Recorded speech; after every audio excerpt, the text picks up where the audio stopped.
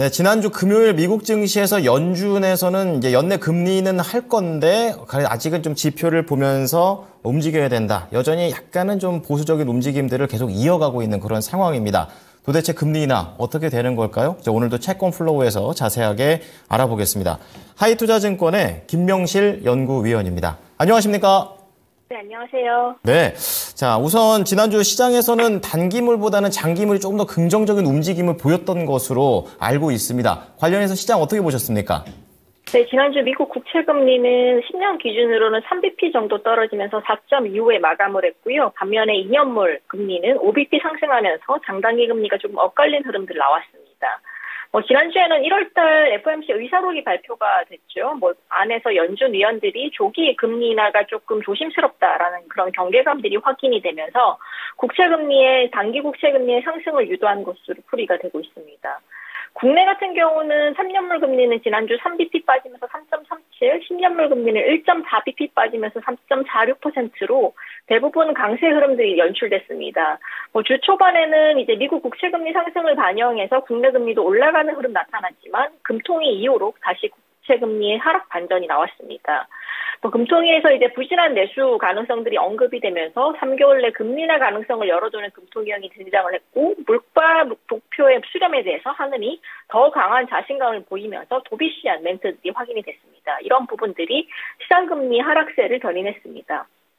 그 이외에는 이제 엔비디아 주가 폭등 같은 이슈 때문에 전반적으로 위험자산 투자 심리가 강화됐고요. 국제선물 시장에서는 외국인들이 매수세를 보이면서 전반적으로 미국 국채금리는 약세, 국내 채권 시장은 강세 흐름 같은 상반된 흐름들이 나타났다라고 보시면 되실 것 같습니다. 네.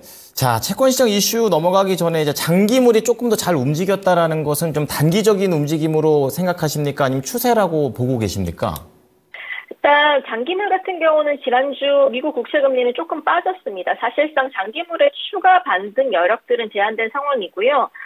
지난주에도 말씀드렸다시피 미국 10년물 국채금리 상단 4.3% 보고 있습니다. 이미 4.25%에 근접을 한 만큼 추가적으로 금리가 급등하기는 어렵다라고 보고 있고 이번 하락을 추세적으로 보고 있습니다. 네, 알겠습니다. 자, 그렇다면 이제 채권 시장 이슈 들어가겠는데요. 오늘은 이제 국내 쪽으로 포인트를 좀 맞춰 주셨습니다. 조금 더 우리 개인 투자자들한테 도움이 더 직접적으로 될 것 같은데요. 키워드 주시면은요. 네, 2월달 금통위를 통해서 5월달 드디어 소수 의견이 나올 수 있다라는 기대감 커진 것으로 보고 있고요. 지난주에서 말씀드렸다시피 한해는 7, 8월 중에 금리 인하가 예상이 되고 있습니다. 자, 이제는 소수 의견에 대한 부분, 이제 인하에 대한 가능성이 국내에서도 열려 있다라고 정도로 좀 이해가 되는데요. 세부 내용 부탁드리겠습니다. 네, 지난주 2월달 금통위는 만장일치 동결이었습니다. 연준의 포워드 가이던스처럼 국내 금통위도 3개월 내 금리 전망에 대한 위원들의 보팅이 있고요. 여기서 5명의 금통위원이 동결, 그리고 한 분의 금통위원이 금리 인하 필요성을 강조를 했습니다. 다만 이제 6개월 내 총재의 금리 전망은 상반기 인하가 어렵다는 기존 의견 유지가 됐고요. 상반기 이후 통화 정책은 아무래도 5월달 수정 경제 전망에 물가 중에서 힌트가 나올 수 있다라고 보고 있습니다. 세부적인 내용을 추가적으로 말씀을 드리면 이번 한국은행의 총재 기자회견 같은 경우는 통화정책 변경과 관련해서 다양한 힌트들이 언급이 됐습니다. 특히나 상반기 이후의 통화정책에서 5월달 물가 전망이 가장 중요할 것이라는 멘트들이 나왔었고요. 그리고 올해 민간 소비 성장률이 기존 1.9%에서 0.3%포인트 빠진 1.6%로 하향 조정됐습니다. IT를 제외한 성장률은 기존 1.7%에서 1.6%로 하향 조정됐고요.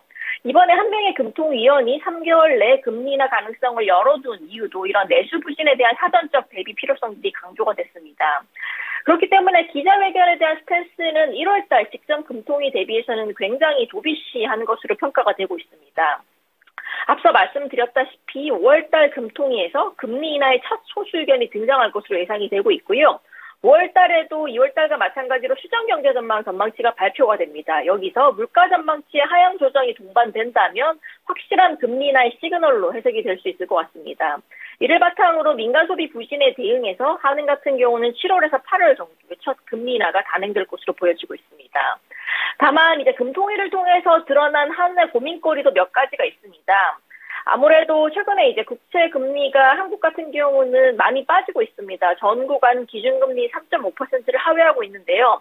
이만큼 금융 여건이 예상보다 완화가 빠르게 되다 보니까 수요 측 물가 상승 압력이 재발할 수 있다라는 그런 불안감 여전히 높습니다. 물가 목표 달성의 라스트 마일이 순탄하지 않을 수 있다라는 경계감 충분히 나올 수 있는 상황이고요. 여기에 공급 측도 마찬가지입니다. 러시아 우크라이나 전쟁 그리고 중동 관련한 리스크들 그리고 마지막으로 주요국의 선거 관련된 정치 지형 변화가 글로벌 공급망에 영향을 미치면서 공급 측면에서의 물가 상승 압력으로 작용할 가능성들도 라스트 마일 시기 내에 불안 요인으로 작용할 수 있다고 보고 있습니다. 따라서 이런 부분들을 모두 고려했을 때 한해는 여전히 상반기 금리나 가능성들은 낮다라고 보고 있습니다. 비록 이제 고금리의 장기화 부작용 분명히 있습니다만 다른 반면에서 고금리는 민간의 부채를 줄여서 미래의 소비라든지 투자 자원을 확보하는 안정적인 성장 기반을 다지는 데는 분명히 도움이 됩니다. 따라서 지금 민간 소비 위축에 하는 불황이 당장은 고통스럽겠지만 경쟁력을 상실한 이런 부분들을 정리하고 자원을 보다 생산적인 곳에 쓰이게 하는 이런 클렌징 효과들을 기대할 수 있기 때문에 통화정책을 움직이는 한국은행의 입장에서는 지금 상황에서 상반기 인하 가능성들은 굉장히 낮지 않을까라고 보고 있습니다. 결론은 한은이 여전히 금융 안정보다는 물가 지표를 더 선호하기 때문에 그런 상황에서 봤을 때 국내 물가가 점차 안정기로 접어드는 하반기 정도의 7, 8월 정도가 금리 인하의 적정 시점이라고 저희들은 추정을 하고 있습니다. 이런 점들이 상반기 일환을 어렵게 만들면서 앞서 말씀드린 것처럼 올해 한은의 금리 인하 시기는 7, 8월 그리고 연내 인하폭은 최대 75bp 그리고 만약에 하반기 민간 소비 둔화폭이 예상보다 조금 줄어든다면 50bp 정도에서 올해 금리 인하 사이클이 진행될 수 있다고 예상을 하고 있습니다. 네. 자, 어떻게 보면은 자원의 효율적인 재배치가 지금 일어나고 있는 그런 상황이고 금리 인하는 글로벌과 동일하게 상반기보다는 하반기 쪽에 무게를 둬 주셨습니다. 자, 그렇다면 이번 주 또 월요일입니다. 주간 채권 전략 어떻게 가져갈까요? 네, 이번 주는 이제 금주 예정된 PCE 같은 주요 지표 발표 결과에 연동이 될 수 있다라고 보고 있습니다. 이미 미국 국채 시장은 고용과 물가 그리고 여기다가 최근에 나왔던 지표들까지 모두 서프라이즈를 기록하면서 지표에 굉장히 민감한 흐름들 보여주고 있는데요. 만약에 PCE까지도 이 시장 예상치 컨센서스를 상회한다면 일정 부분 금리의 부담으로 줄 수 있다고 생각을 하고 있습니다. 다만 국내 측면에서는 이미 2월 금통위를 통해서 한은의 금리 인하에 대한 시그널들이 켜진 만큼 금리가 쉽게 밀리기는 어려울 것 같습니다. 금리 반등 시 채권 매수에 대한 그런 기관들의 수요 충분히 적극적으로 나올 수 있을 것으로 보여서 생각보다 시장 금리가 크게 밀리지는 않을 것으로 보고 있습니다. 네, 자 이러한 부분들 이번 주에도 잘 녹여보겠습니다. 고맙습니다. 감사합니다. 네, 자 오늘 채권 플로우는요 하이투자증권의 김명실 연구위원이었습니다.